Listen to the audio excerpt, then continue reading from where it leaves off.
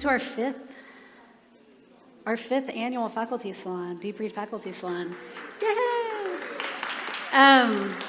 Welcome to our virtual audience as well. And I want to say a little bit about, as you know, these events like this and programs like this take a lot of work from a lot of people. So I want to start by thanking various people. First being Irena Polic, who can't be here with us today, the managing director of the Humanities Institute, Carrie Napolis, who is here somewhere. Where is Carrie? Hi, Carrie. And Maya Rodriguez back there, Humanities Division Development. I want to thank Diana and John and Juan for putting all of this together. I want to thank, we have a lot of campus partners that make the Deep Read possible that I'd like to thank as well. Humanities Division, we have Jasmine here as our representative, our amazing dean. We have alumni engagement, we have the College Scholars Program, Council of Provost, Living Writers Series, Phi Beta Kappa, Porter College, Division of Student Affairs and Success in the University Library. We have community partners like Bookshop Santa Cruz. We also work with high schools. We have Pacific Collegiate School and Santa Cruz High School are reading the book with us. I went to Santa Cruz High and talked with students and staff and faculty there, and that was really amazing, and they're very excited about this book. We have a media sponsor this year, Lookout Santa Cruz, which just won the Pulitzer, which is amazing. And of course, all of the Deep Read is made possible by the Helen and Will Webster Foundation, so we thank them for their ongoing support. We have other events coming up. As you know, the main event with Hernan Diaz will be on the 19th of this month. So everybody, look for that. Come join us. Okay. I should have introduced myself first. I'm Laura Martin. I'm the Deep Read Program Manager at the Humanities Institute. I'm also the teaching faculty for the Deep Read. I teach undergraduate class at Porter College, which is a literature class. Many of my students are here tonight, and we've been reading Hernan Diaz's novel Trust very closely, and I teach a class around it. We have three amazing faculty members here with us tonight that I'd like to introduce to you first, and I'll explain to you how this is going to work. We have about 10 to 15-minute presentations from our three faculty members, and then we'll all sit here and we'll open it up for Q&A for the rest of the time. And we'll take questions from our in-person audience, you all here, and our virtual audience as well. Lori Kletzer, who was supposed to be here with us tonight, is not going to be able to join us this evening. I want to introduce our three faculty members who are here to talk to us tonight. First, we have Madhavi Murty. Maybe wave to everyone. Madhavi is an associate professor of feminist studies with an affiliation in digital arts and new media, as well as critical race and ethnic studies. Here at UCSC, obviously. Her research and teaching interests center on popular media, nationalism, globalization, feminisms, post-colonial theory, cultural theory, and modalities of difference such as race, caste, and gender. Her book, Stories That Bind, Political Economy and Culture in New India, published in 2022 from Rutgers, focuses on the intertwined projects of Hindu nationalism and neoliberalism in India and their narration in popular culture. It was awarded the International Communication Association's Outstanding Book Award in 2023. Dard Neuman will be our second presenter this evening. Dard is the Hassan Endowed Chair in Classical Indian Music and Associate Professor of Music here at UCSC. He has served as Music Department Chair, Chair of the Committee on Planning and Budget, and as a co-founder and co-director for the Center for South Asian Studies.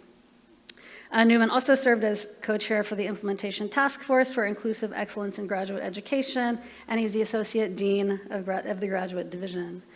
Neuman has studied the sitar, which we have here, for almost 4 decades, and his research interests concern the musical cultivation, transmission, and performance of Hindustani music. His recent research is the development of the Interactive Digital Transcription and Analysis Platform. Is it ID-TAP? Okay. The ID-TAP is a National Endowment for the Humanities, Office of Digital Humanities funded web-based application that enables users to digitally transcribe, archive, share, and analyze audio recordings of oral melodic traditions. It's very interesting. I've seen it with my own eyes. Our last presenter is Zimmer, right here with us. Zach is an associate professor in the literature department at UCSC, and he is this year's Deep Read faculty lead. He's an interdisciplinary scholar of literature, culture, and technology in the hemispheric Americas. His first book, First Contact, Speculative Visions of the Conquest of the Americas, is forthcoming. In addition to his current research on the infrastructure of technosystems, he co-facilitates the Ethics and Astrobiology Reading Group, part of UCSC's Astrobiology Initiative. In the literature department, he teaches classes on Latin American literature, science fiction, ethics and technology, and the poetics of California infrastructure. Please help me welcome all of them. And our first presenter, Madhavi.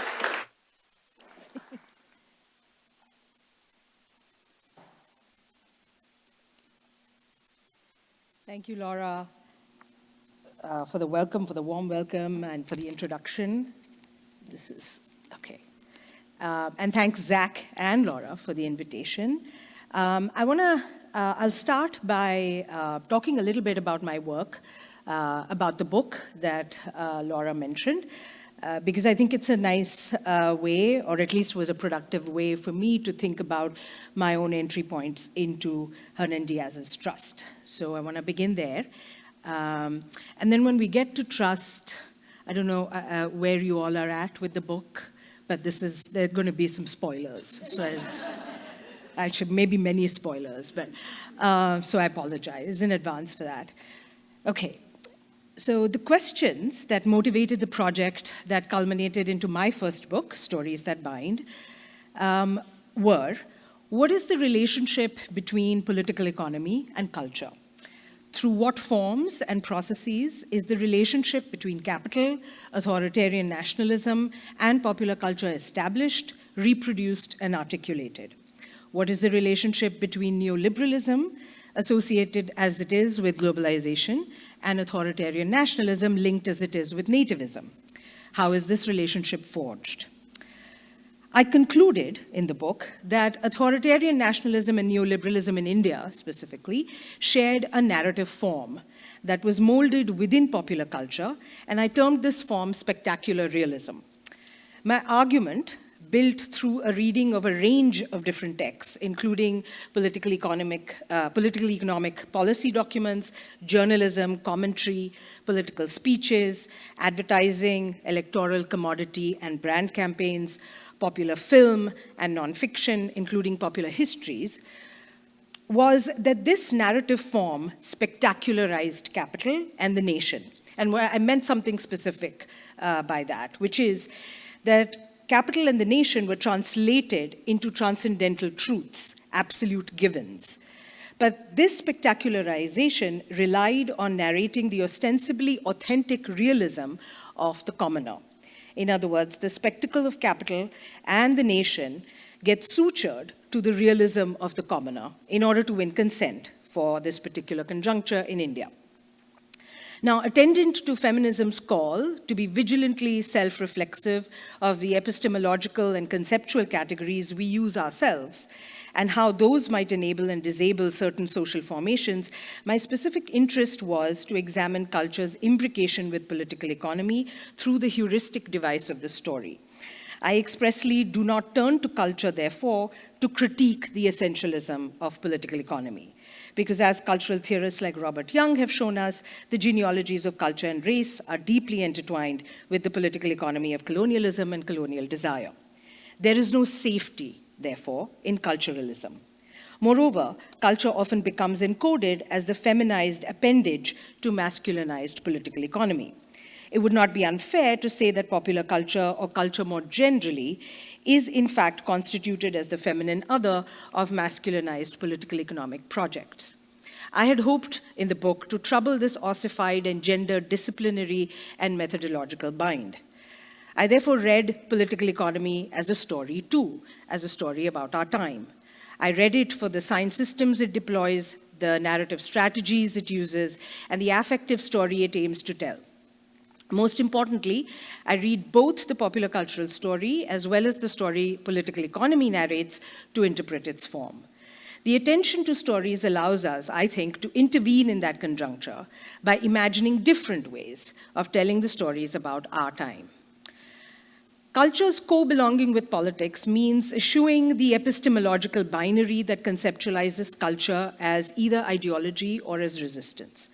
This epistemological binary assumes the culture of the state and the political institution as ideology, and the culture of the people as radical, resistant. I think instead about culture as the story, the paradigm that gives form, that makes sensible or tangible politics, economics, development, nation, and the people.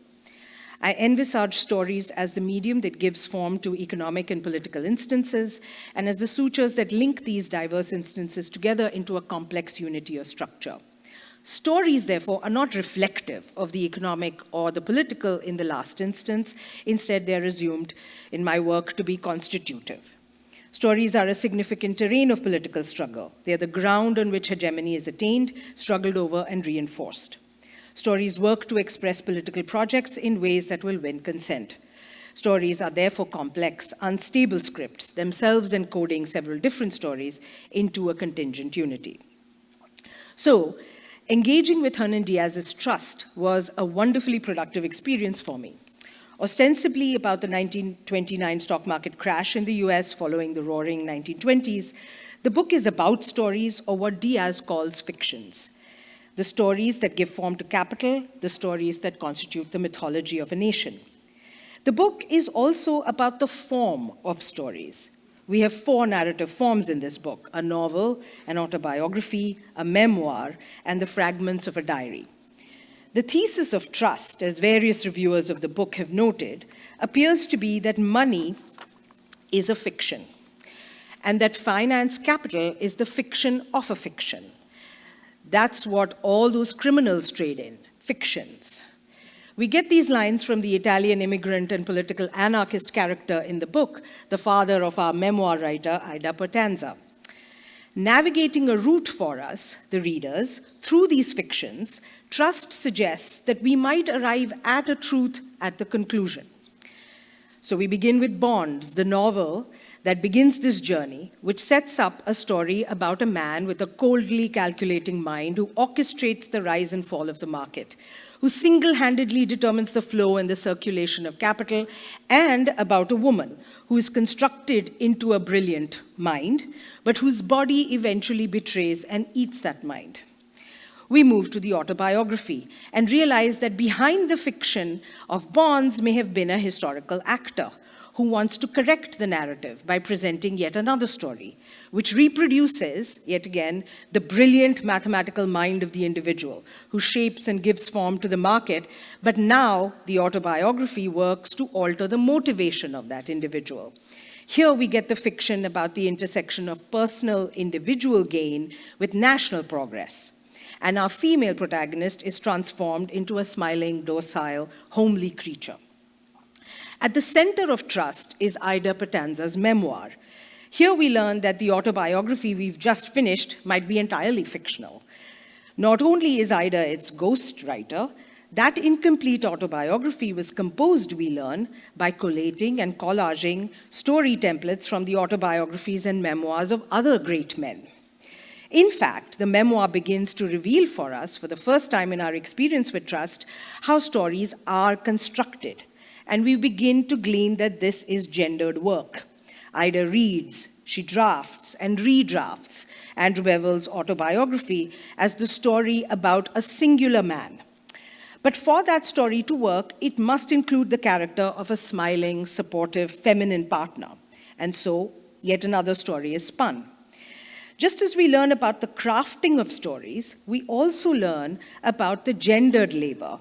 Recall the army of female typists at Bevel Investments that keeps the stock market ticking, that keeps capital circulating.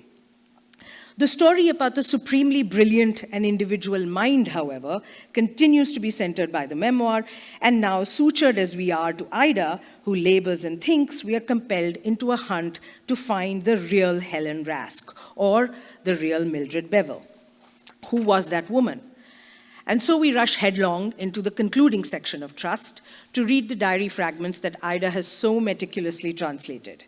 And there we confront yet another story, which once again recenters the fiction of the brilliance of the individual mind.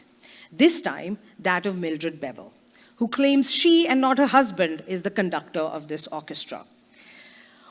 So when I first read Trust, I was left just a little dissatisfied and annoyed.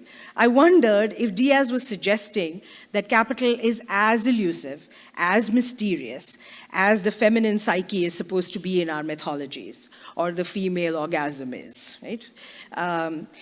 What is the point of the four forms of narrative if each of them recenters the individual? Right? Who is, more often than not, a male authority figure? I've come to process Trust and engage with its productive possibilities since by focusing on two father-daughter relationships in the book.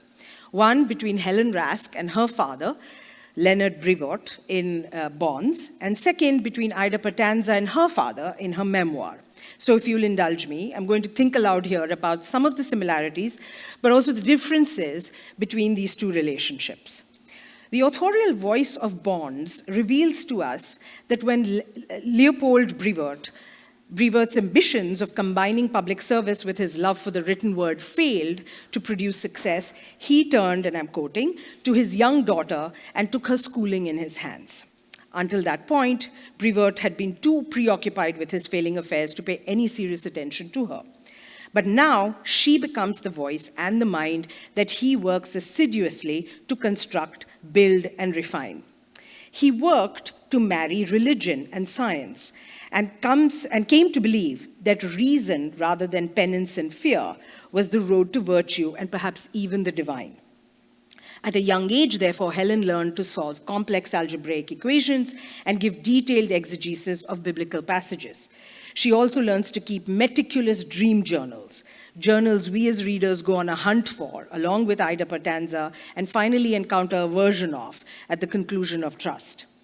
This patriarchal relationship assumes the dichotomy between the masculine and the feminine, in that the processes of feminization rely on segregating the mind from the body, and then according a higher, more superior value to this disembodied mind. Pure reason leading to the divine. The flesh is the feminine. She is sometimes simply the receptacle for the mind, and more times than not, she must work, i.e., undertake the mundane tasks of social reproduction so the mind can remain pristine, unsullied. Finance capital is theorized often similarly. It must be allowed to flow unfettered, unsullied. The market is the mind, masculinized, superior, the social, the body, feminized, inferior. The allegorical form of Bonds comes into relief, though, once we get to the conclusion of Trust. Even as the patriarch, also capital, makes every effort to segregate the mind from the pollution of the body, the itchy, withering, cancerous body makes itself painfully known. It will not be silenced, and eventually ravages the mind itself. Both Brevoort and Helen Rask lose their minds, so to speak. This reading of Bonds becomes possible only when we read back from the vantage point of the conclusion. Now, Ida Pertanza's father's ambitions have also been thwarted. His games with the young Ida are about processing those failures, laughing at them, but also about molding her political mind. This becomes particularly clear in Ida's memoir when she's reminiscing about the pantomimes she would put on with her father around Arturo Giovanni's poetry. So there's something similar, failed ambitions of a father, working to construct this daughter. There's something similar between these father-daughter relationships. There are, I think, two differences, though. First, Brevoort and Pertanza have different political beliefs. It is from Pertanza, via Ida, of course, that we get what one could argue is the thesis of Trust, as I had mentioned earlier. That thesis is that money is a fiction, that finance capital is the fiction of a fiction, and that's what all those criminals trade in, fictions, which sets Ida and us, the readers, on a quest to find the truth behind the fictions. Again, it is only at the conclusion of Trust that we realize, like Ida, that perhaps we've misread Pertanza. Just as young Ida had thought those pantomimes were about her father laughing at the poet, when in fact an older, wiser Ida realizes that he was making her laugh at him, we learn that fictions are not lies covering a truth. Fictions do the work of constructing the truth as truth. Pulling one fiction aside gives us yet another. So the task, as feminists have always said, is to understand and reveal the work that produces the fiction in the first place. And so the second difference is that both Ida and her father work with their hands. They make things. They type, they set type, they write books, newsletters, they print posters and books. Patanza is hopeless at housework, though, and Ida does both. And therefore, in the end, even more so than Patanza's political theories, it is Ida's work that enables us, the readers, to learn something about the ways in which fiction and myth work, but also about the ways in which capital works.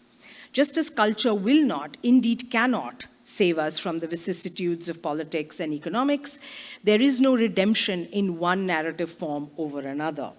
Trust, instead, seems to suggest that the layering of one fiction over another and then another has the potential to reveal to us how fictions in fact work and what allows certain fictions to endure.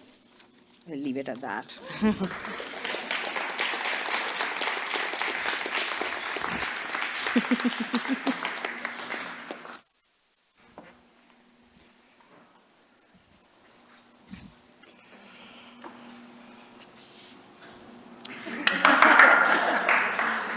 This is why, when I was first invited to do this, I protested. I said, I'm not, yes, I'm a scholar, but I'm not a humanities scholar and not a literary critic. I'm not a man of letters. I'm not, erudite. Like how I imagined someone giving a reading, and we just saw just this wonderful, beautiful explanation and explication. So thank you. Madhavi and I have been colleagues for many years, and what's wonderful about these occasions is we're always working together, but we don't always, if we're in different disciplines and different divisions, we don't always get to enjoy each other's work. And so this was a real pleasure. So thank you. So I did protest, like, why would you want me to do this? And I think part of the answer has to do with my interest in music and my background. So I'm going to take a slightly different tack, and I'm going to kind of mix the personal with the novel, but I'm going to really focus on the final chapter. And I'm going to treat the chapter, I'm going to take it literally and seriously, though one should take it in the way that Madhavi did. But in taking it literally and seriously, we have to accept that the prime mover in the world are not the laws of physics, if you're a secular scientist, nor is it God or gods. If you're more spiritually inclined, it's music. And music will serve this role. And if it seems like I'm going to be romanticizing the world from which I come, I also need to say that music is not just the prime protagonist, it is the arch villain. I'll try to make that point. Before I move a little bit further, I do need to ask a question, and forgive me, but I do this with my students, and it is to shame you all. No, it's not. But it'll help. It really isn't. But it is. It helps me understand. How many of you have not actually finished the final chapter? That'll help me just calibrate how I kind of get into it. Okay, very good. Now let me ask another question. How many of you know nothing about music? How many of you who read the last chapter know what was being referenced musically? So a couple of you, yeah. Okay, so like could you hear in the head the music that was being played? Okay, so a few of you. Okay, thank you.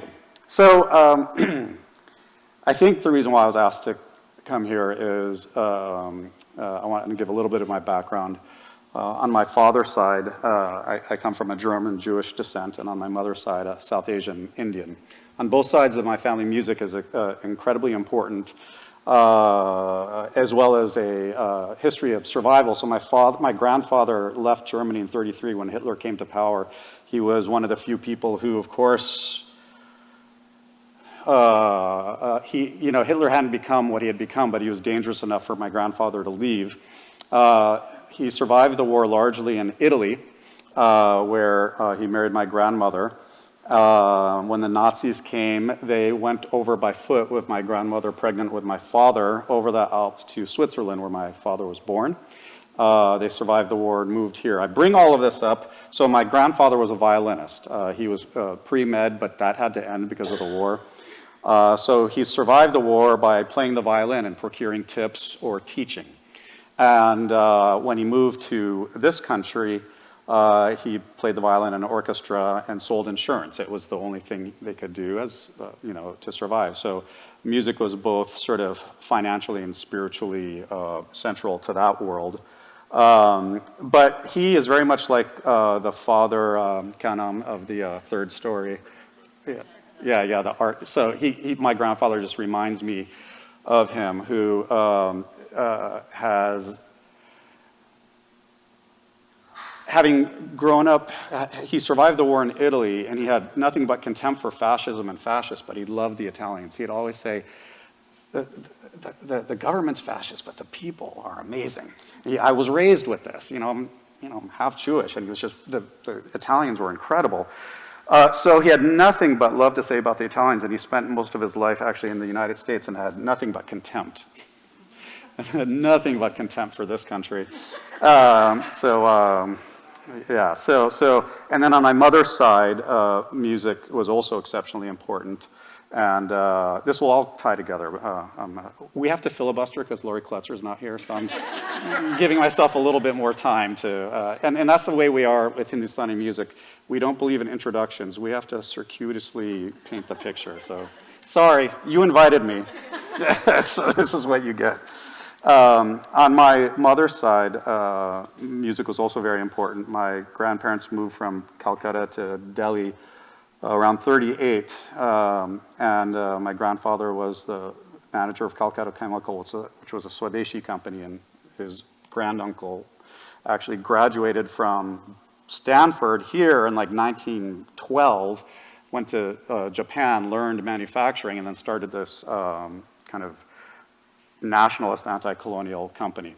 Now, in that context, my grandfather was a loafer. I learned this late in my life when my grandmother started to tell the truth.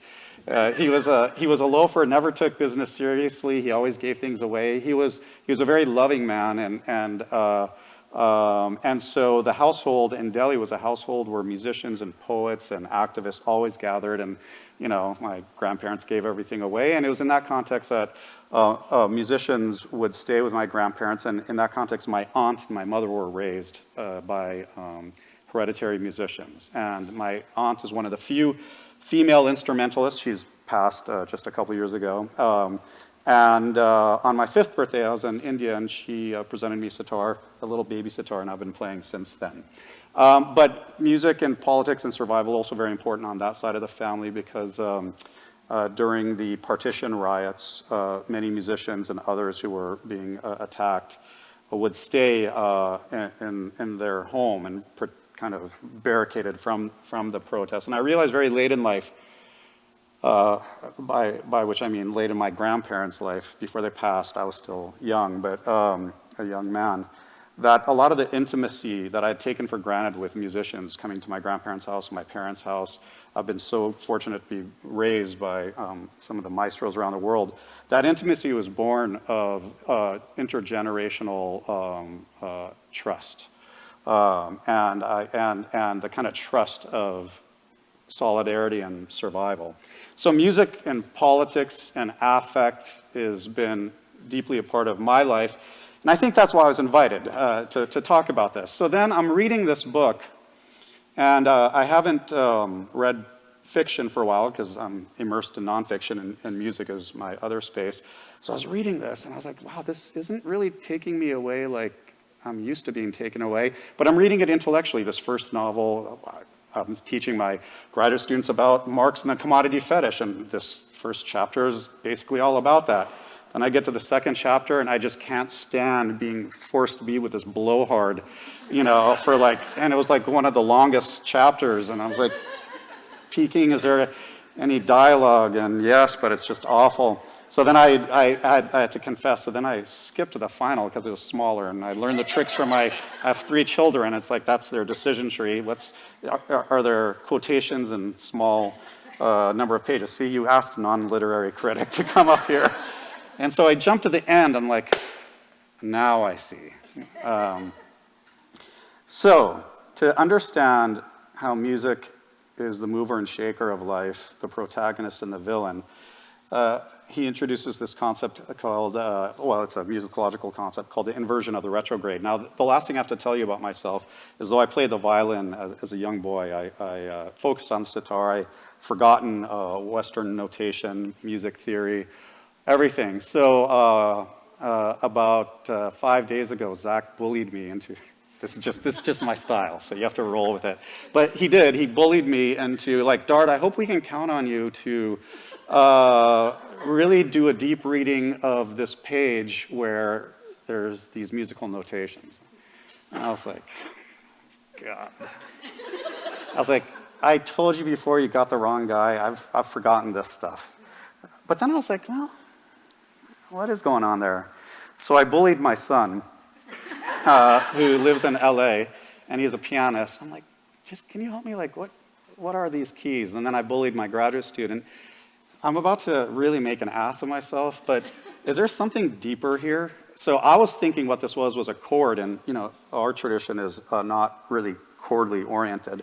Then I realized it was just a sequence of notes. So with that, I will give my 10-minute reading. I filibustered for about 10 minutes, so we're going to be good. Okay.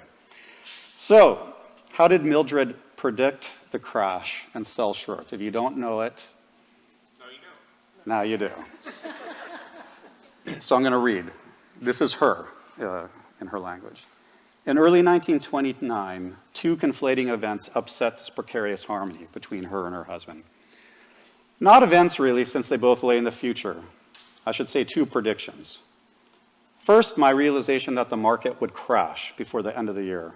Second, my cancer diagnosis, according to which I'd be dead no longer than after that. Without revealing my condition, I gradually started giving Andrew, her husband, financial advice again. I sometimes had to find new ways for him to adopt my ideas. They had to become his thoughts first. Call and response, call and response, call and response. I gave him D, F sharp, E, A, so he could think he could come up with A, E, F sharp, D on his own. Despite the impending debacle, he was skeptical about my plan and kept saying the market was shockproof. But I knew it was just a matter of time, so I started creating short positions, and in early September, after almost a month of advances, I liquidated, creating a sharp break. So we're talking about a mover and shaker of a world historical event, and as Madhavi said in the final chapter, she is centralizing her agency, but that agency is qualified. I'm going to cut, where did that, well, maybe it's, so in order to kind of appreciate what she's doing and kind of being the puppet behind her husband's move, allowing him to think they were his idea, we have to understand, as I've mentioned, music at the center of everything. And by which I mean, since Lori's not here, I can say this a little bit more. What's interesting about economics is that it's, the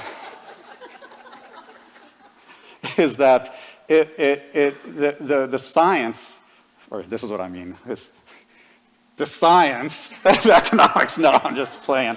It really, why it's so difficult is it depends on psychology or group psychology. What drives markets up or down are not just individual rational actors, but a sense of confidence or lack thereof. And I'm saying this as if I know what I'm talking about, but I really don't. But the point I'm trying to lay out here is the central importance of psychology or social psychology in the world of economics. So we're talking about psychology, emotions, math, things. So we're already starting to mix up the gender binaries of rational, emotional, this and that and the other. And music is just at the center of this non-binary world because it sits at the spoke. It's oftentimes considered to be the vehicle, sorry for the book and the visual artist, it's considered to be the vehicle that strikes the emotions more quickly. That's why it's considered to be so dangerous.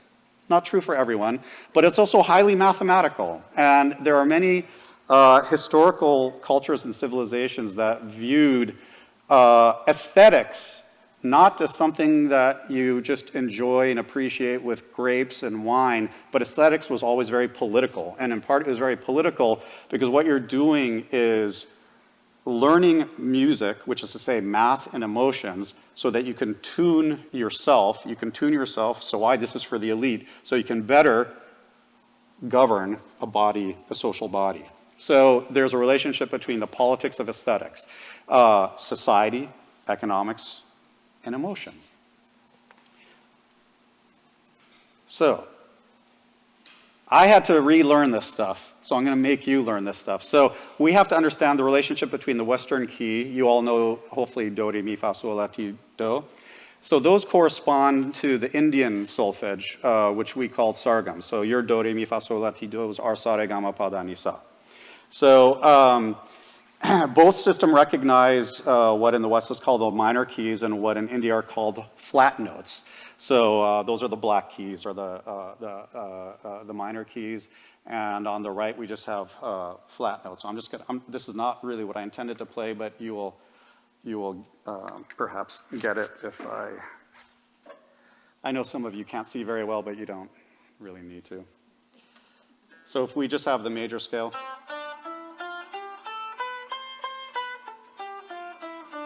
Do, do, right? So then we have these minor notes.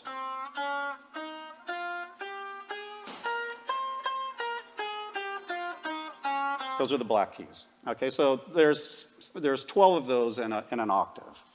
That's what so let's see. So both systems recognize what are called 12 semitones in the West, or 12 swaras in where I come from.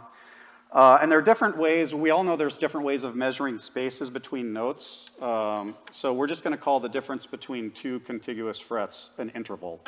From here to here is an interval. From here to here is an interval. From here is an interval. Right? So this is, what Mildred is, what this book is talking about are steps. 2 intervals is a step. That's just a step. Step, step. Whatever, you can move your fingers anywhere, whatever is 2 intervals is a step. A major third are 2 steps, so just space, just intervals. Okay.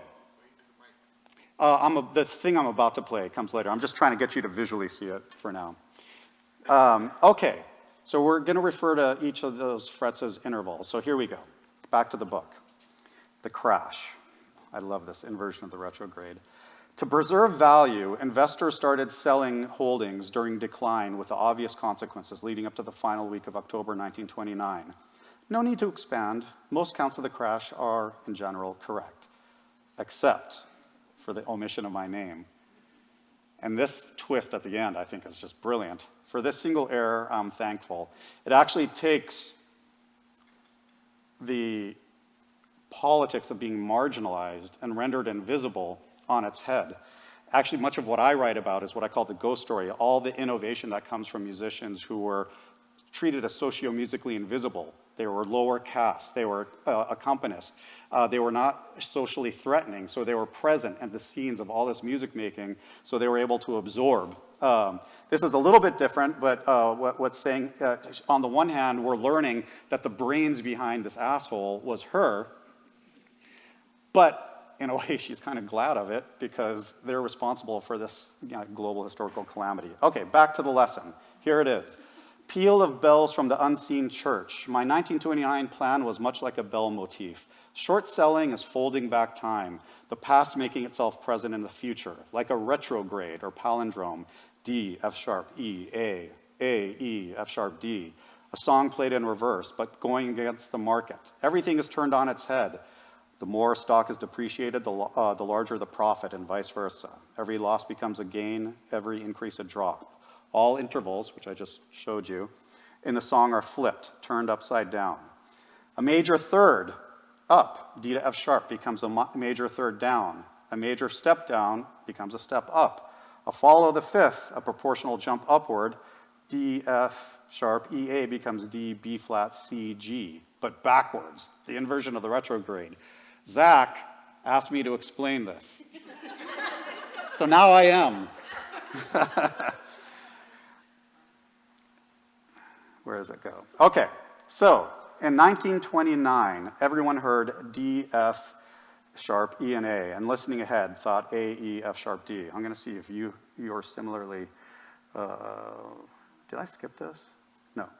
Okay, so now I'll play. And why I went through this long story is once I realized what it was playing, I just laughed. It was so simple. And all my protesting, oh, I'm not a Western musician. Why are you making me do this? Okay. D. I'm going to do this real slow. F sharp. E.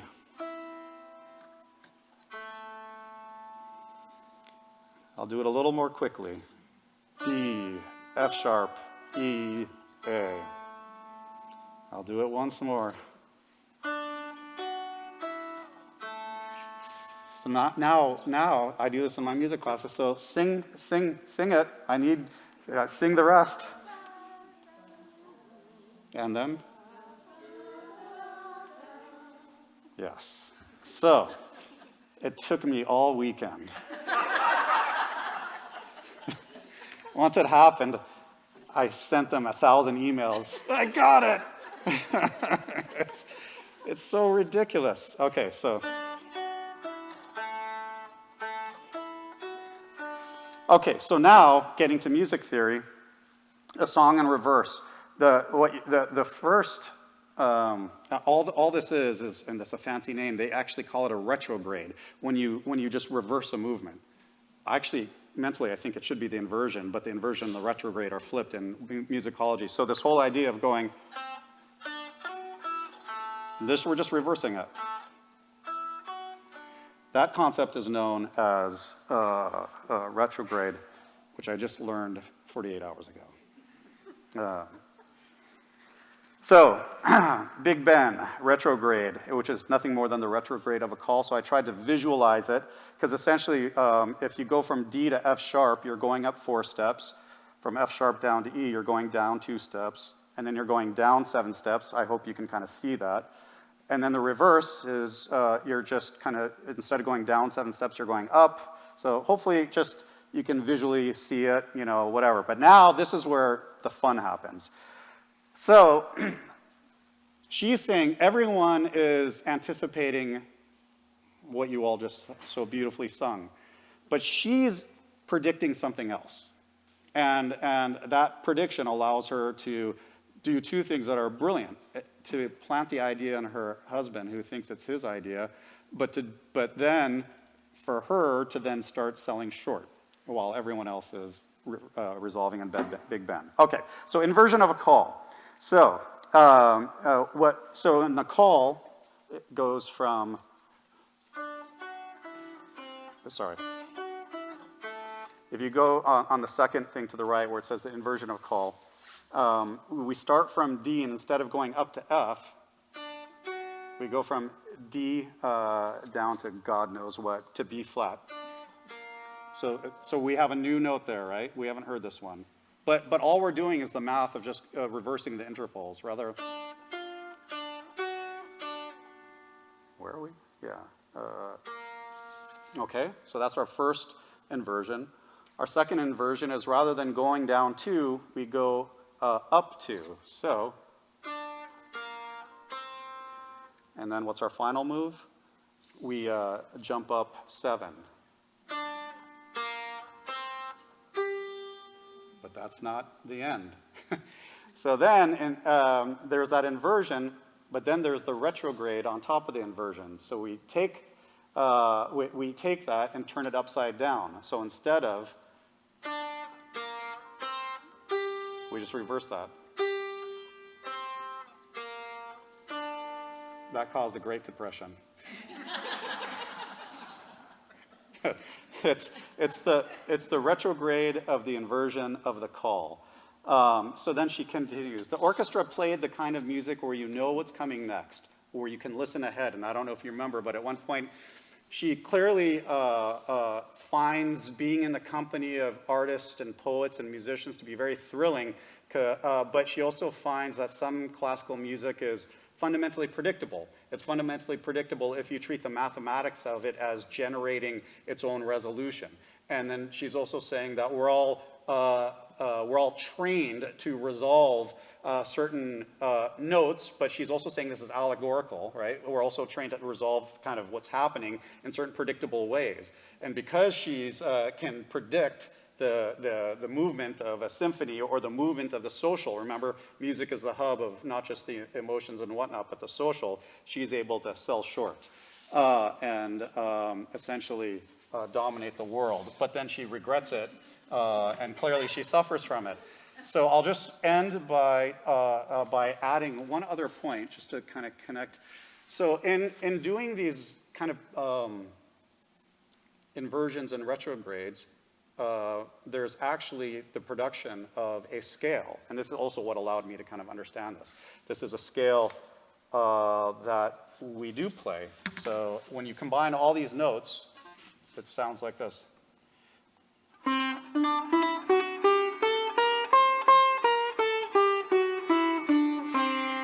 Now what I'm going to do is just, this whole thing, that's our second. Now I'm going to just play the rest of my instrument, and you're going to maybe understand why it's so hard for me to think like you Westerners. I'm just kidding, I am one too. I am one too.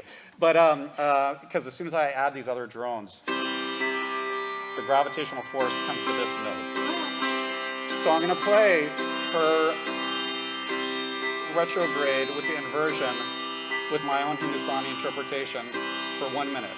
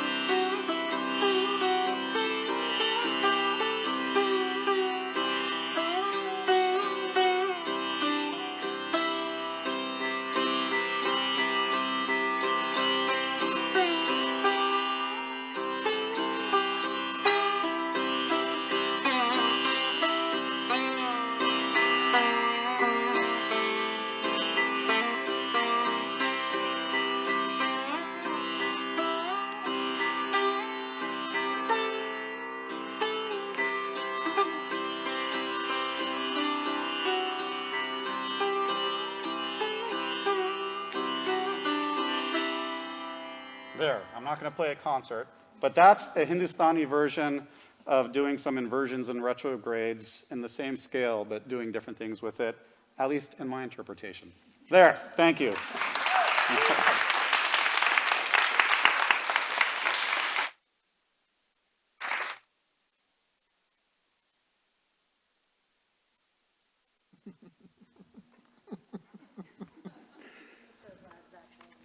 Woo! Another round of applause for Dart and Madhavi. Wow. I was thinking, how am I going to follow that, these two? It's my own damn fault. I invited them. But yeah, so the fiction of a fiction, and then Big Ben on a sitar. The inversion of the retrograde. So I am going to try to keep my remarks short so we can get to Q&A faster. But I did just want to say a couple things. This book was actually chosen under the annual theme for the Humanities Institute, which is technology. And people who haven't read the novel ask me, what does this novel have to do with technology? But no one who's read the novel has that question. And I think we all just see the relationship in that diagram that you were showing us before, music, math, emotion. What was the fourth thing? Music and the social. And the social. Mm-hmm. And all of that around this, these financial technologies, the financial instruments. It's also a novel full of secrets, which makes it difficult to talk about, unless you just plow straight through ahead and talk about everything that's there. And So it reminded me also that so I'm a literature professor, and when I talk to my students and they ask me, how do I do what I do? How can they do what I do? How can they succeed in my course? I say it's very easy. The secret to being a literature professor is read the book. That's already a big step. And then read it again. That's it. And then when you get really good, you can read it like twice at once. You know what I'm saying? Like that's like you start getting into the inversion of the retrograde, but that's the prose stuff. But you don't need to worry about that. But so this actually is perhaps the most exemplary novel of rereading, right? It is a novel that you read, and if you read it well, if you pay attention, the second you finish it, you have to go back to the beginning. And if you're reading it really well, you've already been flipping back and forth, right? Because each chapter changes what you've seen before. And so some people call it like the Ouroboros, the tail, the serpent that eats its tail, or the tail that devours itself, maybe not T-A-I-L, but T-A-L-L-E, the tail that devours itself, capital, perhaps. So, it is internally referential. It forces us to reread. It's very pleasurable to reread. If you reread it, you realize there's not one secret. There are many secrets. And so in that sense, it's very internally focused. Read it, reread it. But it's also very intertextual. It's very externally focused as well. It pulls from so many different elements.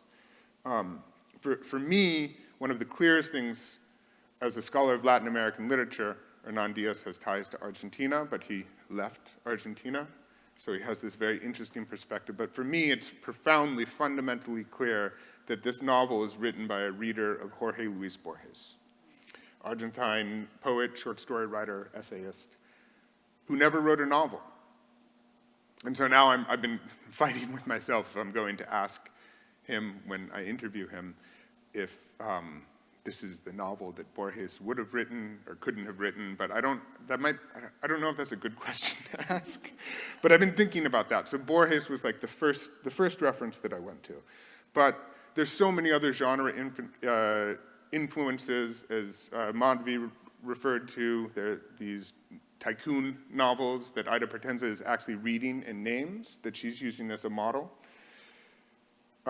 Those I wouldn't necessarily go back and reread yourself. You don't need to, because she shows you exactly where they come from, how they're constructed. Bonds is enough. Bonds is more than enough, because you read Bonds and then you get the bonus. Although some people complain because they really like Bonds, and then they feel like the rug's been pulled out of them, because they're forced to reckon with the fact of how something like Bonds gets constructed. But then there are also missed opportunities in my own reading experience. Like, for instance, it's clear to me that one of the other novels that he's thinking about is Thomas Mann's The Magic Mountain, which is a novel about illness, the body, recuperation, and convalescence in a historically related period. But there was just too much rereading to do. I had to read this novel, I had to read it again, and then I had to pick a couple other things I was going to read. So I didn't reread Magic Mountain. But what I did go to was Edith Wharton and The Age of Innocence, which was a pleasure. And just for that, I'm so thankful to have read this book and also been sent back to that. And I've heard Hernan Diaz talk about, people always bring up Edith Wharton and Henry James because it is the moment that he's trying to capture, both historically, the location, the New York and the Northeast. And he said something very interesting about Wharton's fiction. He says, in Edith Wharton, in a novel like The Age of Innocence, the money is never made. It's always there. We're not talking about capital. We're talking about treasure. But that's not what trust is about. Trust is about the money itself. It's about where the money comes from. It's about how the money is made. It's about the fictions that help the money be made. It's about the fictions that then cover up where it came from. It's about the misdirection. the inversion. And so then we get this story that reveals that perhaps it was Mildred behind it all, which in a certain sense, I mean, so he doesn't do this thing that we see done in some kind of contemporary rewritings of classic texts where you take one version of the story and then you tell it from a different perspective, right? Wide Saragossa Sea, another clear intertext of this novel, okay? But then it's not like revealing some mad woman in the attic who is behind it all, because it turns out that Mildred might actually be the villain. I've heard a couple of people say this, and I think this, the musical expose makes it very clear that there is something that she's hiding as well.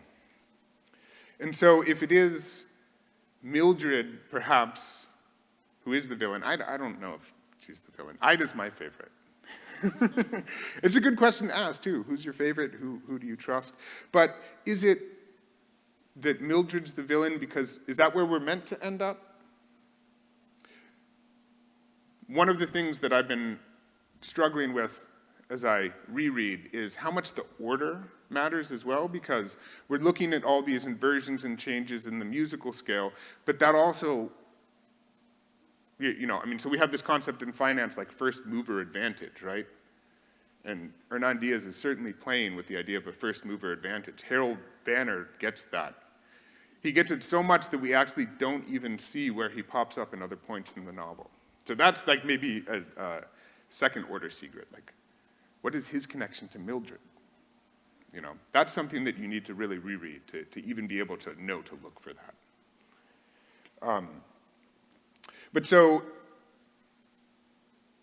it's not necessarily that Mildred's the villain, although she might be in some of your reading, but it is a book of nested secrets, and, I don't know, maybe that's enough to get us going. Maybe we should just open it up for conversation and just think about this book that is posing money itself as a character, but a character that cannot exist without the narratives holding itself up, right? Money is the fiction of a fiction. The finance that's happening here is both producing its own story, but also through the power and the momentum of what it's producing, it's shifting the way that we understand.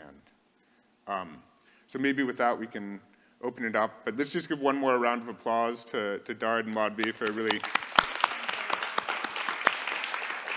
beautiful show, and yeah.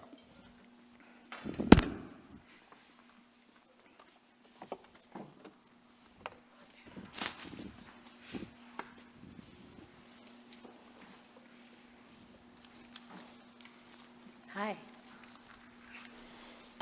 Okay, this is our question time.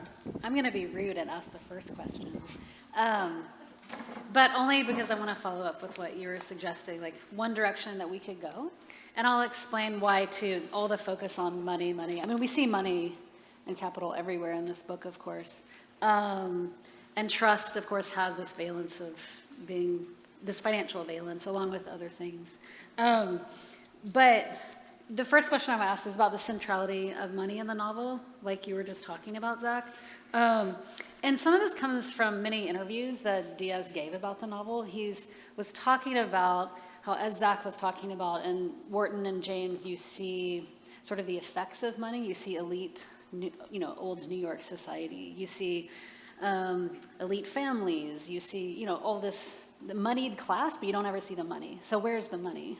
So one thing that he continuously says in interviews, written, and those that he gives, that are on YouTube, there are a ton of them, is that what he was trying to do in this novel, In Trust, is to centralize money. So we see this like with Ida's father, who has come up a lot. So if you have your book, I like to give you passages because I'm a teacher. It's like 216. You see, this is where Ida's father, who is our Italian anarchist immigrant, talk about, money as this universal equivalent. He's talking about money as a fiction, and this comes from his, Marxist critique. And he says, he hates Marxists, but he loves Marx, and he talks, and he likes to inhabit his positions. So we have that. Then we also have really Ida's, I think, interesting ambivalence about money that comes later. So like 260, 261, for example, she kind of recounts this upbringing she's had to think about money as something filthy, as she says. But over the years, she talks about shedding her father's dogmas and her ethical, she calls them repulsion to money. And her relationship to money has mellowed into indifference, which I think is really interesting. Especially, I think, as we're asked to sort of identify with Ida a lot, as the book goes on. So then she has this recounting of the scene where she gets her first paycheck, which I think is really interesting, this cash in this envelope, and she's sitting there like, I've never held this much cash before in my life, and she realizes the power that it gives her to pay off the family debts and to do various things, to buy clothes, which she's instructed to do. And then she says this, she says, Father was right. Money was a divine essence that could embody itself in any concrete manifestation. So she kind of comes back around to her father's view at the same time. And I say all this just to anchor us in some passages. There are a ton more. And the main thing, I guess the main question I want to ask the panelists is like, and Zach, you were touching on this. I feel like each of you were touching on this in some way, but like, why do you think Diaz is focused on depicting money and like centralizing it in the book and all the various ways that he does? And what do you think is the most important way he depicts it? Does that make sense as a question? And I guess after we think about this, like, is he successful in centering it? Yeah.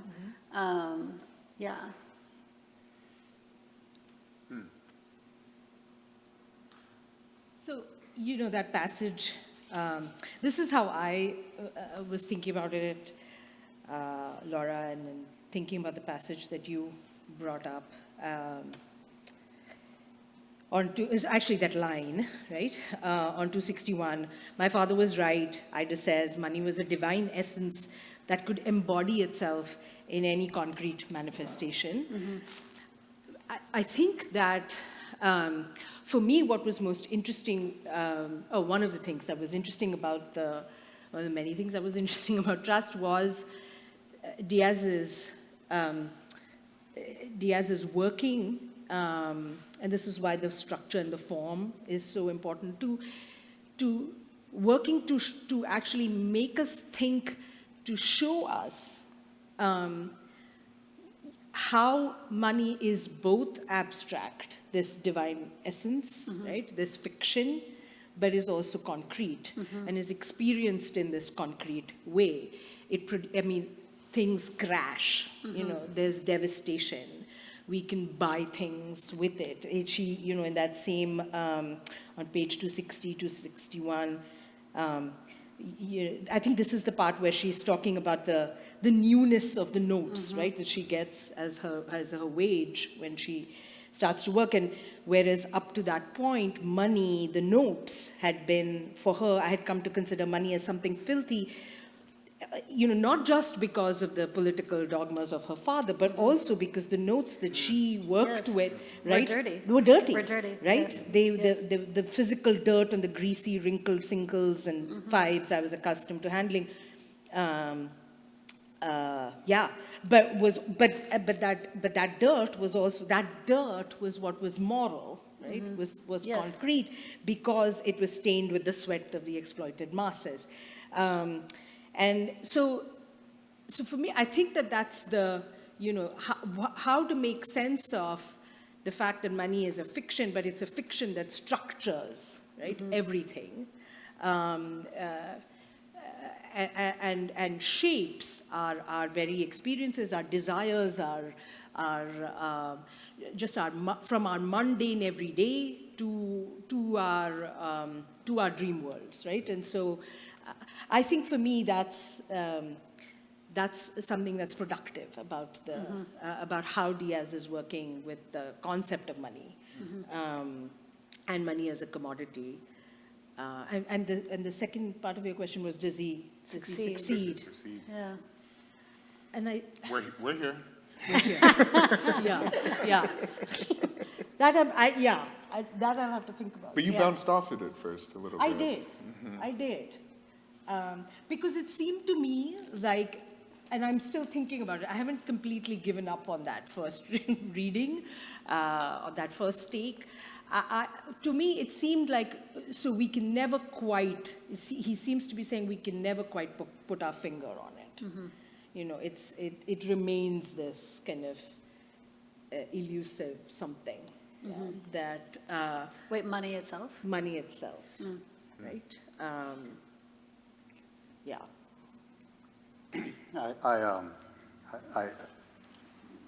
I view from the lens, and I'll give my other background as a anthropologist. So I read him as really trying to understand the shift to the world of the financiers, interest-bearing capital, where money is there and is assumed but is not necessary as a fantastical object. And so, you know, when you think about, you know, the large arc of history, at least from, say, like a perspective of Karl Marx, right? You have commodities exchanged with commodities, then commodities are exchanged for money, then it's exchanged for commodity. Then you have monies that buys commodity that then gets money. Then you have money begets money. And that's where trust begins, in my reading, with a world of interest-bearing capital. And where, and for me, if you don't mind, the passage that, page 16, which, I mean, clearly is a fictional account, but I found so, just like I found, there's 3 perverse elements in this book that I found hilarious. One is that music is the cause of all evil. Not Mildred, but music. And the second, I'll get to the third, but the second was this moment where he comes into his existential spiritual self as an absolutely dead human who can be moved through the animate life of money, but even more so the animate life of interest-bearing capital. And so, you know, and the novel opens up and, you know, he's just this dead soul who can't be moved by anything. He can't even be intimidated. He can't be shamed. He can't be, like, nothing moves him. He's just emotionally dead, right?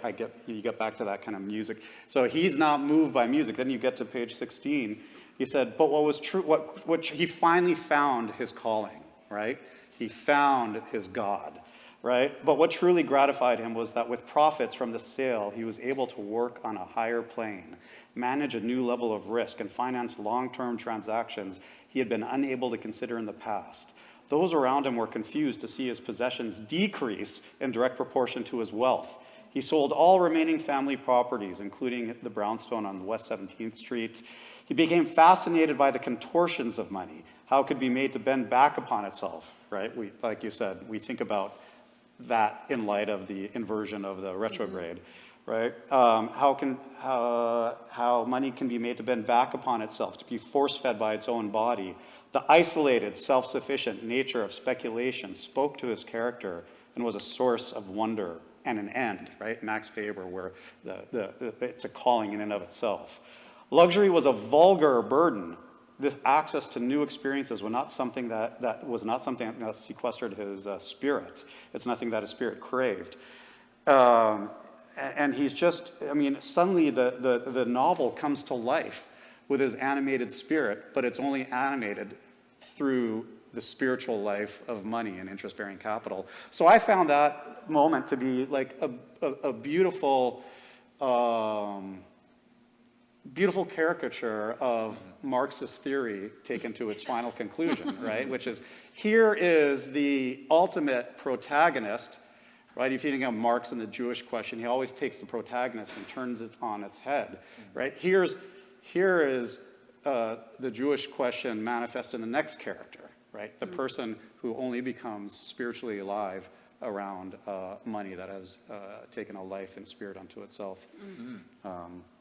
So he succeeds. For me, I like, that's when I started turning the pages. I was like, oh, this is so perverse. I'm actually intrigued. Yeah. Yeah.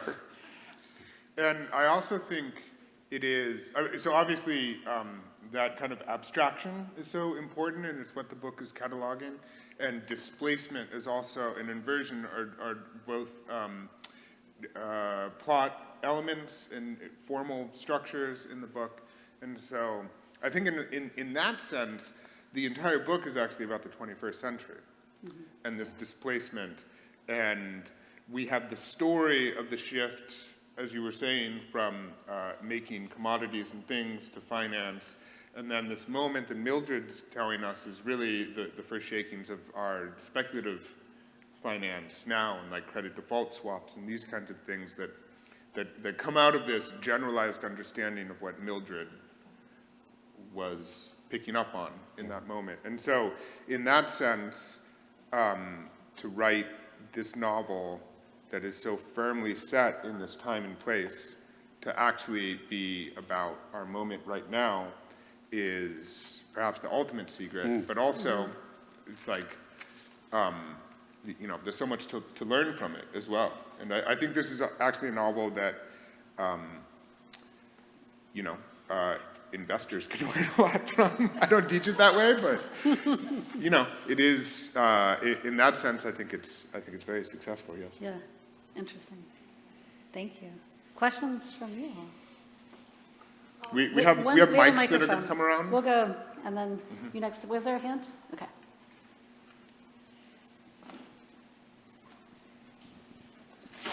Thank you. Can you hear me?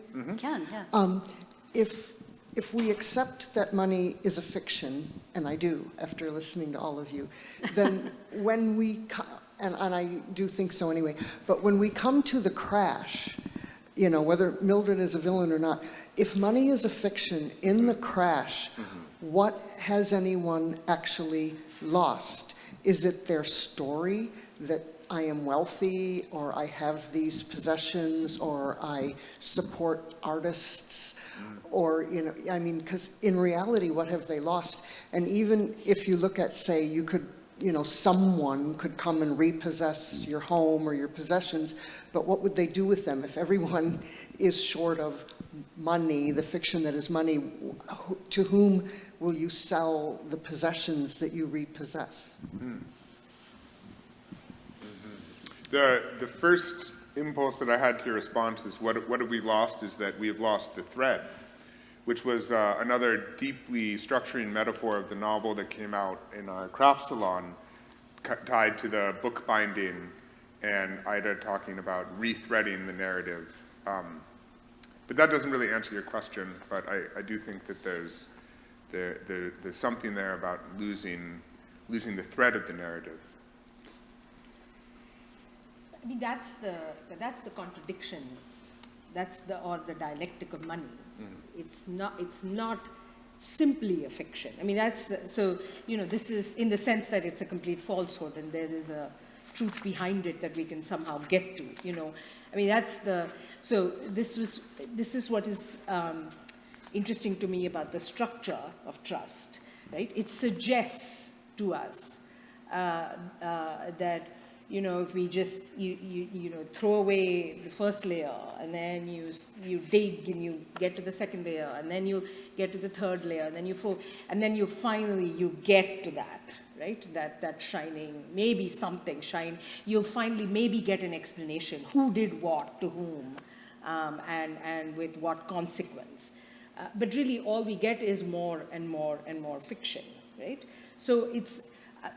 I think what happens, I mean, this is why it's what happens with the crash is, and what happened in 2008, right, is, I mean, those were fiction of fictions, right, the derivatives and all of the little pieces, right, of fiction that the market was dealing with.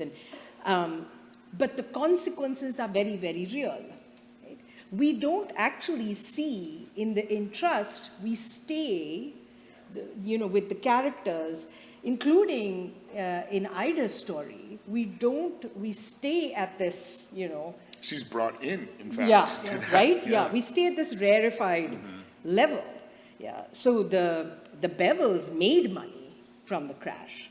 Yeah, that's, you know, they just like the financiers and the bankers made money, right? Several people made money in 2008 and 2009, and 2010 globally. So we're not, we remain the novel. So this is why I don't know if it succeeds. Yeah. Because we remain there. Yeah. We don't get to see the consequences of this kind of play with fiction, with the fiction that is money. So that contradiction that the novel is working with is that it is both. It's a fiction, but it's a fiction on which our world rests. Yeah. So taking it away from a few people, repossessing, right, has huge consequences. If it gets concentrated, this fiction, right? If it gets concentrated in the hands of a few, as it does right here, I mean, that's what the Bevels are doing. Those have very, very real and material consequences. Yeah. And it seems to reward people that understand it in this fictional way. Yeah. It rewards Mildred, who really understands its fictional character and the way it can be played in reverse and on its head and Yes. be manipulated. Yeah. Yeah.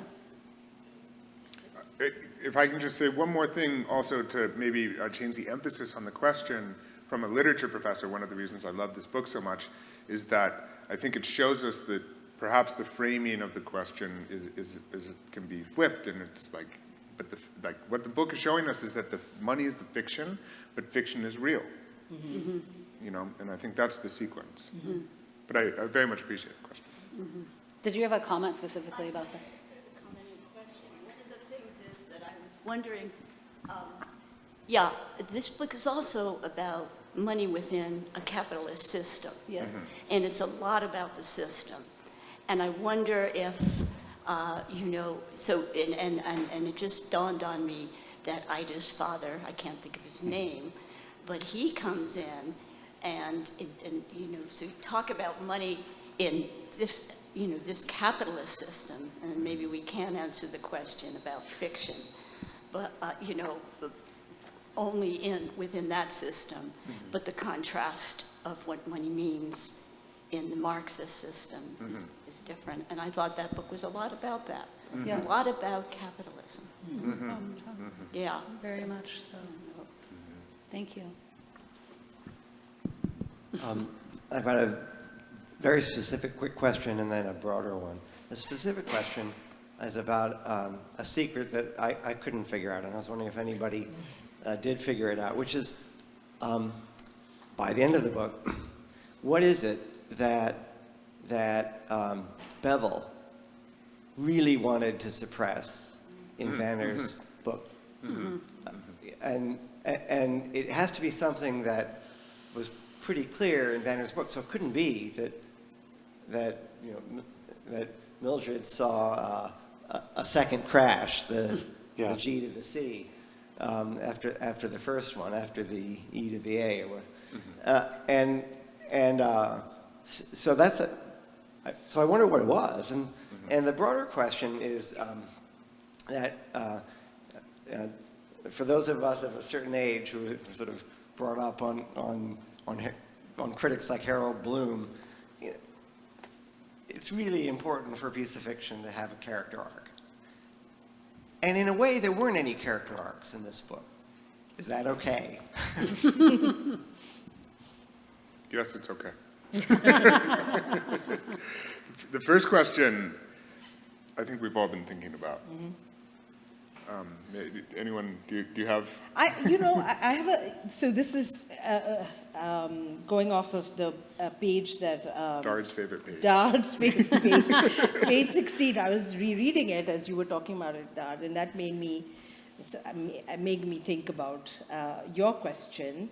So, on page 16, where the part that, so Dard read the first part of that paragraph, which says, okay, if asked Benjamin, so this is now in bonds, so, it's Benjamin Rask. If asked, Benjamin would probably have found it hard to explain what drew him to the world of finance. It was the complexity of it, yes, but also the fact that he viewed capital as an antiseptically living thing. It moves, eats, grows, breeds, falls ill, and may die, but it is clean. This became clearer to him in time. The larger the operation, the further removed he was from its concrete details. So I think one way to think about your question is that why bonds create such a problem for Andrew Bevel is the story is not clean because of the ways in which Bonds narrates the story of Helen Rask. So this is where it starts to the pollutedness of the body, right, and the way in which Bonds sets up the relationship between the Rasks, right, and specifically what happens to Helen, disables a reader from thinking about Bevel's work as pristine, right, as abstract. And so that maybe needs to be repressed. It needs to be expunged. And this is why he works. Because that is a question. Why is he so taken in? Right? Why is he so obsessed? I mean, books and stories. Ida thinks there's one thing. She's convinced. Although she doesn't, I don't know if she finds it. Yeah. To the second point, so yeah, it's hard to say.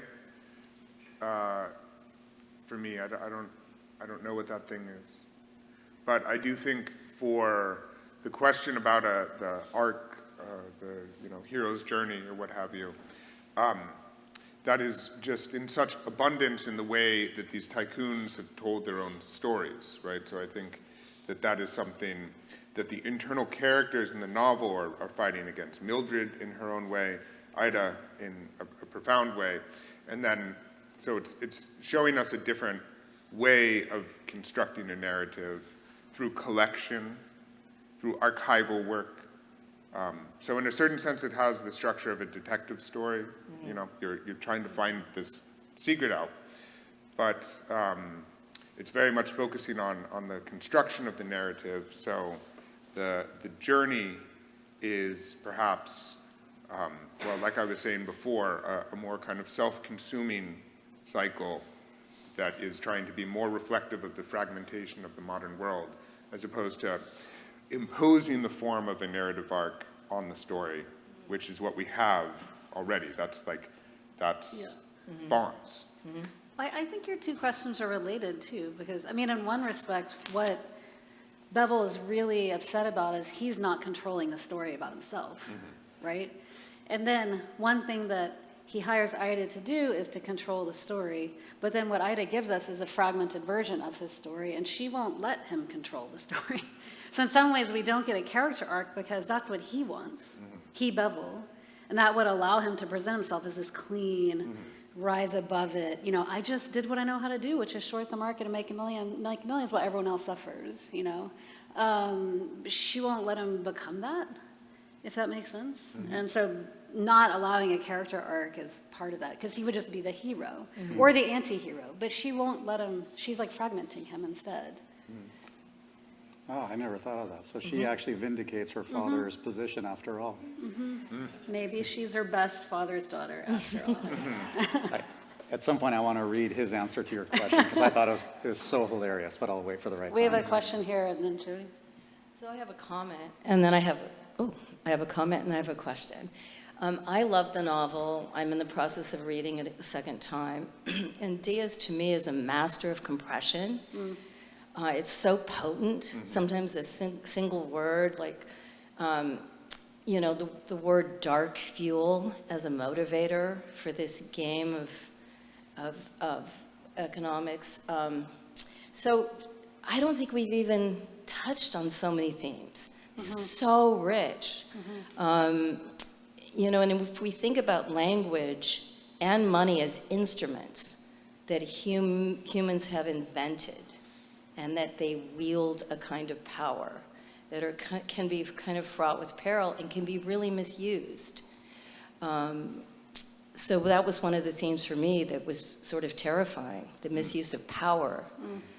In the first novella, towards his wife because he was jealous, and then changing her treatment plan when it was really working, and just power divorced from ethics or divorced from heart. So those were just some comments, some things I'm thinking about that were very, very intriguing. Can I ask you a question? 'Cause Yeah. you put, again, I'm taking the first novel on its own terms, not in a meta. I found myself really jarred when he got jealous. That seemed to be exactly who he had not been that whole time. Right. And then that jealousy then sparked this whole rest of the novel where he is just like a 19th century psychiatric barbarian, right? And I mean, that was my superficial answer to your question, which is, yeah, he's really just, he loses his spiritual antiseptic cleanliness and becomes a monster. Yeah, yeah. I guess I don't think of spiritual as an antiseptic cleanliness. Well, that I'm Right. juxtaposing his. Right. He finds himself through speculation, through Right. finance, through its the sentence Right. that you read. So his when I'm using the word spiritual in a very sort of whatever, Sure. just not but for me he lost that. Even though that's not a protagonist character, he just suddenly becomes this typically jealous guy, and then he becomes a monster. Which struck me, at least. My question was to you. I mean, for me, that was a big pivot. I was like, he's a very different person all of a sudden. I guess for me, it just was an exploration. I hear you. Like, where did that come from? Suddenly, he's emotional. But to me, it was a misuse of power. There's like Yeah. something I don't like, and a switch gets flipped, and then he just totally does something so destructive. Yeah. And then the ruthless destruction of this novelist's reputation or chance to ever work again. I mean, there were just so many interesting misuses, well, interesting, if that's a word, misuses of power. Yeah. But if we have time, and I don't know if we do, I have a question for the panel, which was that writing is a monstrous activity. Oh my gosh, so I read that in the Paris review, and I was so intrigued. And then I wrote down his response, but it was a little over my head. I had to keep reading it, like, wow, what does that mean? You know, and yeah, I'd love any comments, or if that's not putting people on the spot, or I can read what he said. I don't know if we have time. I think your answer just did it. Yeah. Well, we can't ask the musician if writing is a monstrous activity. Well, actually, a lot of musicians would say so, especially in the oral traditions. Yeah. But I actually found your answer to how Ida sabotaged any possibility of an arc to, I would call that subversive, but it starts to lean into from his character's perspective, it's monstrous because he's not able to, notwithstanding all his power, he's not able to be a subject, a protagonist to his own narrative. But I'm speaking from the character's perspective, not the author's. It also drives Ida to commit perhaps the most egregious act that an archivist can do. She steals the journal. She takes it, she removes it. And then that makes us think, okay, well, now we have the provenance of the journal in the book, but like, where did the copy of Bonds come from? If they've all been destroyed, is that hers? And like, what is the copy of my life? Because where are the notations that are supposed to be in it, her marked up version? So it's like, what looks like a complete tied up package in a bow actually is not as stable as we think.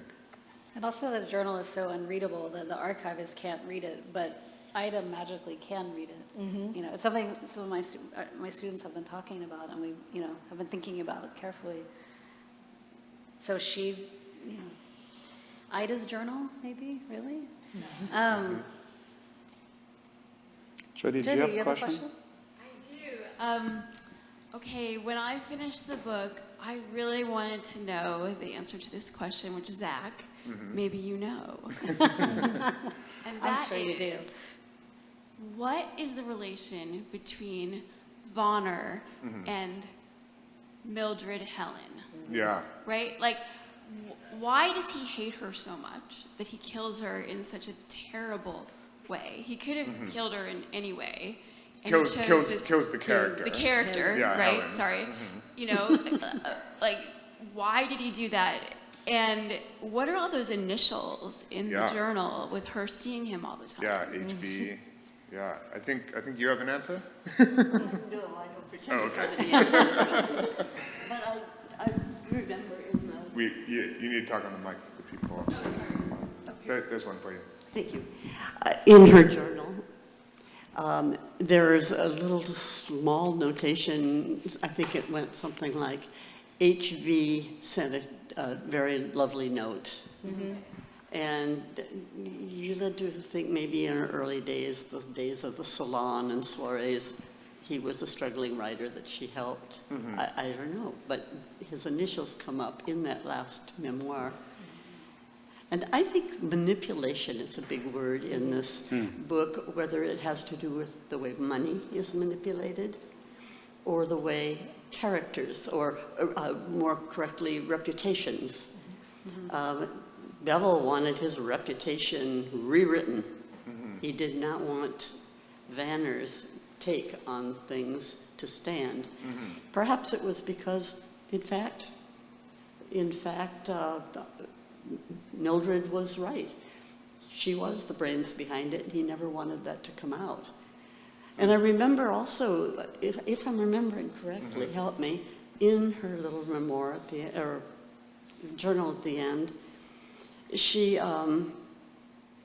said she got this thing for selling short, but she realized what the outcome would be. She told her husband about it, and then he used it, and she never forgave him for that, called him a criminal, and they didn't speak for 2 years. Do you remember that part? So that makes her less of a villain. Also, I want to say, I know why they ask you, and I'm glad you bullied your son. You're welcome here.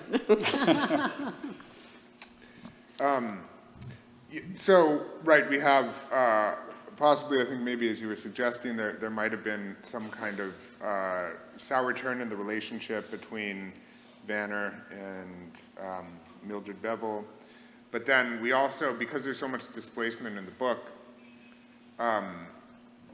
maybe Vanner was willing to sacrifice Mildred via Helen because he knew that would hurt Andrew Bevel, So those are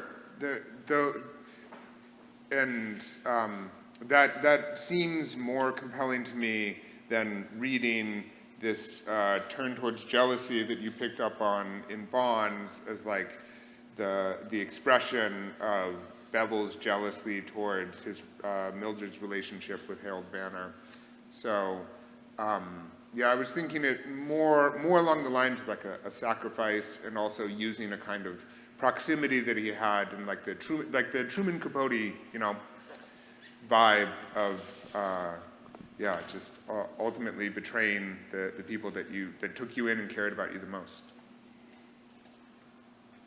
Do we have it? Are we going to online?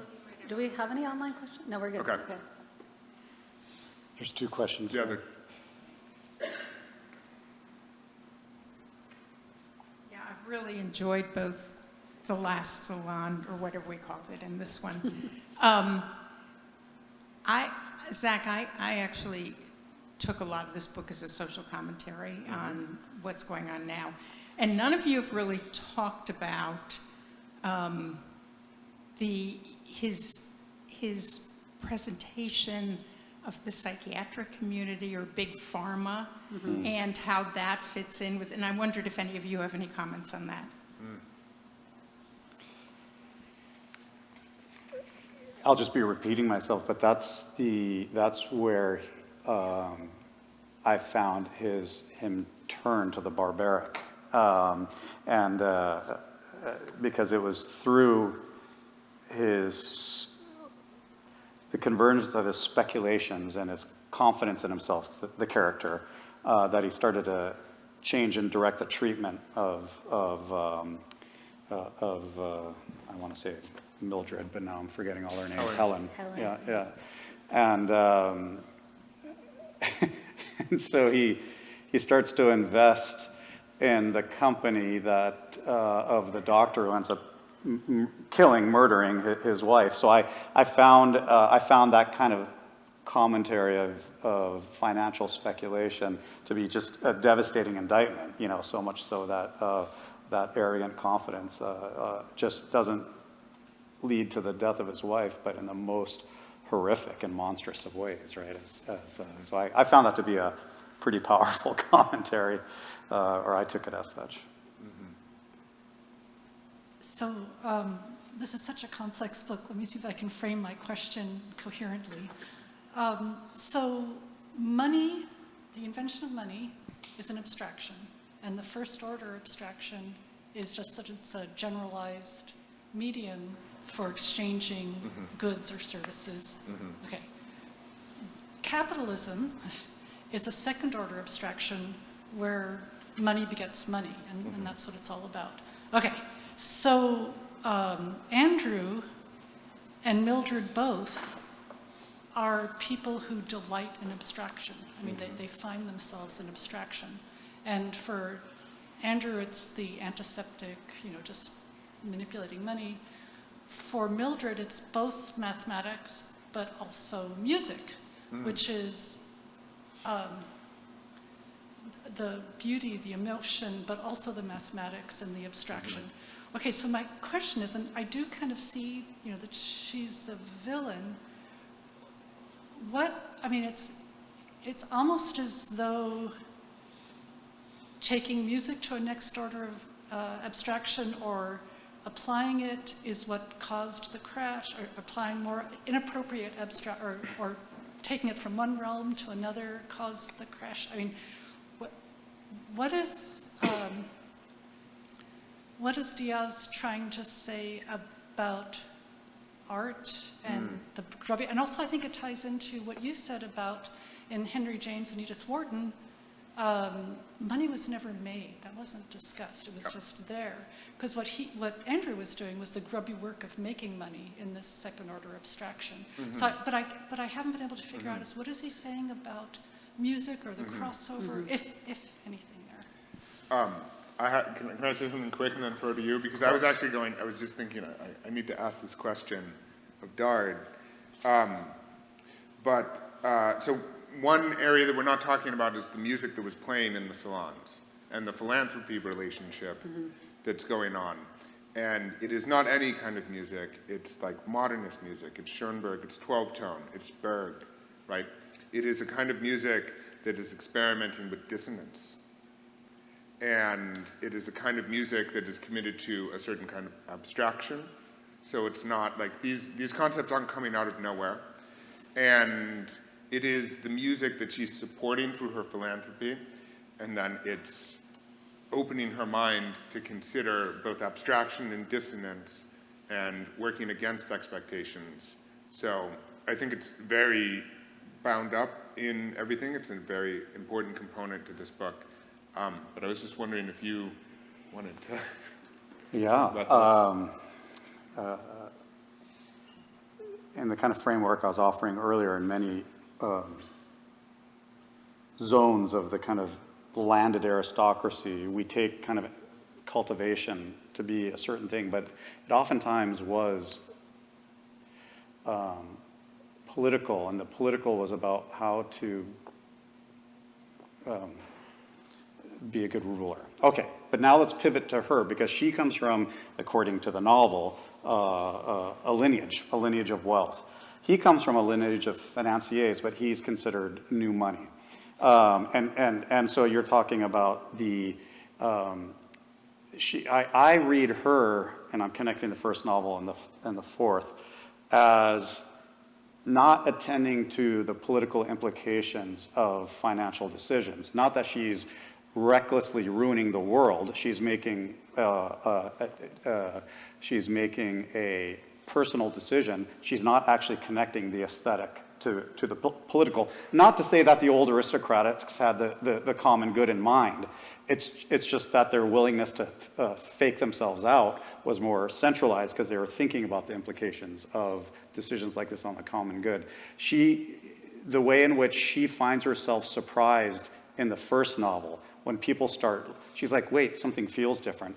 Everyone's starting to leer at her, like it's as if she's caught by surprise by the implications of their family's actions and the impact it has on the social, which suggests the disconnect of the aesthetic from the social, which is the exact opposite of kind of what I'm suggesting, which gets back to a different way of thinking about Marx's trajectory, which is, to put it crudely, a different kind of alienation, right? A different disconnect for our aesthetics just becomes about a kind of cultivated entertainment, and therefore the connection to the social is not political, but it has political implications. I don't know if that made too much sense, but that's kind of how I read it. And by the way, just as an absolute coincidence, I was presenting in Italy, and I was in Venice, when I've never been,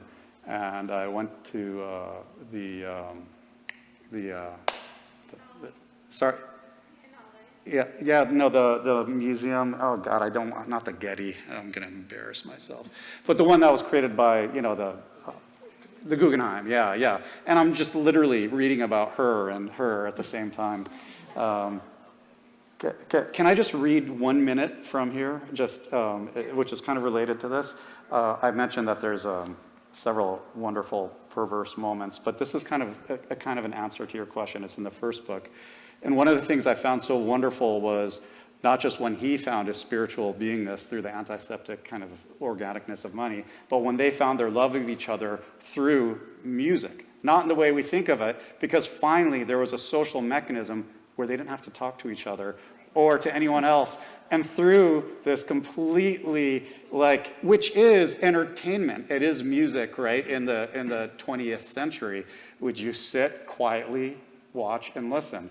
And how he expressed this kind of love through these kind of sterile circumstances, I thought was wickedly hilarious. So here, the other change to the house consisted in converting one of their drawing rooms into a small concert hall. Almost by chance, Helen and Benjamin had discovered that they rather enjoyed concerts. What had started as a compromise, music performances, they learned were the perfect way for them to be seen out without having to engage in inane conversations to fill uncomfortable gaps. This grew into a passion. As both developed a taste for chamber music, they translated this principle to their own relationship. They organized private recitals at their home, and on these occasions they could be together in silence, sharing emotions for which they were not responsible and which did not refer directly to the two of them, precisely because they were so controlled and mediated. These were Benjamin and Helen's most intimate moments. So, I thought that was just fantastically wicked and perverse and hilarious. And I think it answers your question about social commentary. I read this book as just an absolute indictment. They're all complicit, including Ida. Even though I didn't think of it until she does do some subversion. We're all complicit in this world that is. And he's helping us feel spiritual alienation. I'm using that term. We're feeling it, and that's what I was struggling with reading. I was like, my God, do I have to turn another page of this assholes upon assholes? And yes, and you're literally feeling the antiseptic spiritualism. So that's my reading of it. Did you go back and read the memoir after you skipped to the end? After he bullied me too. Yeah. I'm a good professor. Yeah. One more comment on that particular section, which is so perfect and shows how the music is bringing them together but separate. And I think that's also him folding Wharton back on her head, where the narrative arc of a Edith Wharton novel is just the contortions that two people need to go through in rigid society just to be able to hold hands. And here we have these two characters who are doing that to not touch, right? Yeah. So, On that note, we must end our time together. Thank you so much to our panelists. Thank you all to all of you for coming. We appreciate it.